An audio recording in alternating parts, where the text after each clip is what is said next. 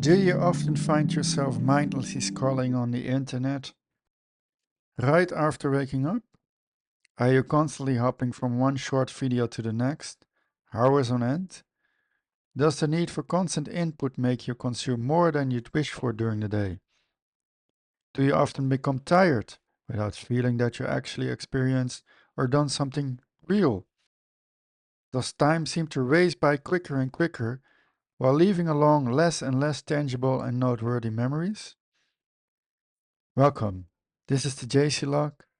My name is Jesse, and today we talk about how the internet feeds us fast food. But before we dive into this episode, I want to give a quick shout out to one of our listeners/viewers.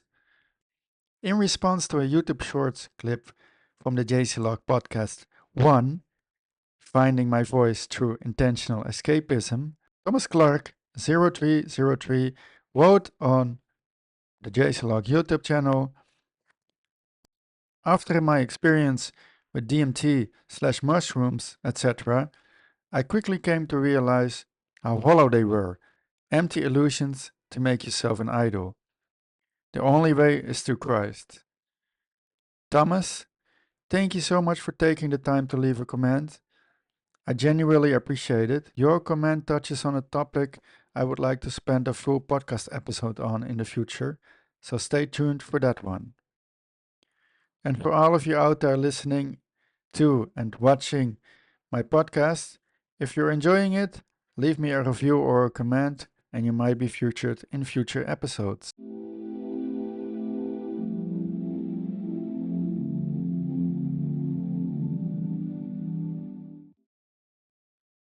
Welcome to episode 18 of the JC Log podcast.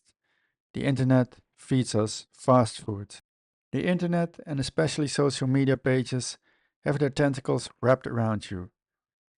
While the ever watchful eye of the octopus watches your every move, it hypnotizes you at the same time. You swirl around in an endless soup of feeds, specifically and carefully constructed just for your brain, for your emotions, for your desires, for your interests, for your weaknesses, and for your trigger points.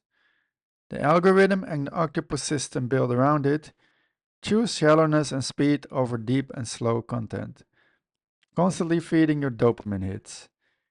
The internet feeds you, but it rarely asks what would nourish you. And instead of asking if you're full, it asks you what you would like to consume next. What does a diet of digital junk food look like? A diet of digital junk food has become the norm, and the similarities with actual fast food are plenty.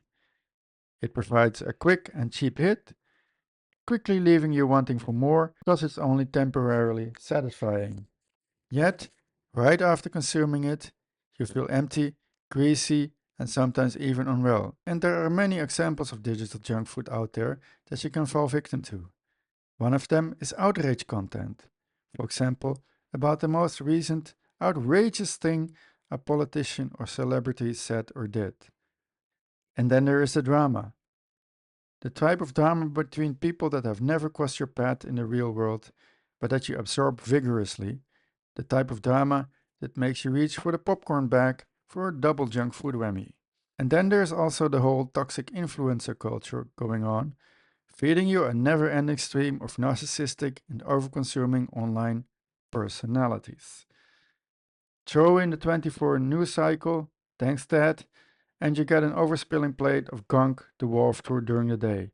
Nauseating, yet still often consumed. Luckily though, you don't have to. Let's look at the solution. What does digital nutrition look like? As loud, greasy, trashy, and dirty as it might seem, the internet is not only a place of doom and gloom. It actually provides plenty of wholesome places that provide you with digital nutrition. The restaurateurs who facilitate such digital establishments offer you the opportunity to listen to calm music or to read long-form articles. They take you along on slow walks through nature or let your mind wander to different places via the use of immersive ambient soundscapes. Oftentimes, they are artists who are showing you their work processes, or small communities who provide an insight into their autonomous lifestyles. They are the types of online creators who prefer intelligent debates and conversations instead of shouting matches and shallow chit chats. And, importantly, they don't let everything boil on the stove of productivity, but rather slow cook their digital content so that it becomes nourishing, human, and soothing. How to clean up your diet. So, what to do? Do you want me to go on a strict diet? You might ask. The short answer is no. I'm not asking you to stop visiting digital fast food hotspots like social media platforms and news websites called Turkey. Although it would likely be a good idea, we have to stay realistic about the possibility of that actually working out for the long term. Not an easy feat, and life is already so challenging these days. And maybe the problem isn't that we spend so much time online at such places, but that so much of what we consume there leaves us mentally underfed and unsatisfied. Instead of avoiding such places completely, we should make an effort on choosing what we consume. Because the truth is, even at the deepest digital fast food pits that are overboiling with a toxic soup of murky content, and where algorithm octopuses and 600 feet social media sharks roam around in the dark, there are rays of light to be found. Instead of seeing the monsters of the sea, we should look for the plankton. We shouldn't be swimming around setting our sharp teeth in everything that we can gnaw on, but rather swim around like whales with our mouths open, absorbing every bit of that energy giving plankton. It comes with less calories, but leaves us digitally satiated and nourished for so much longer. Thanks for listening to episode 18 of the JC Log podcast. The internet feeds us fast food.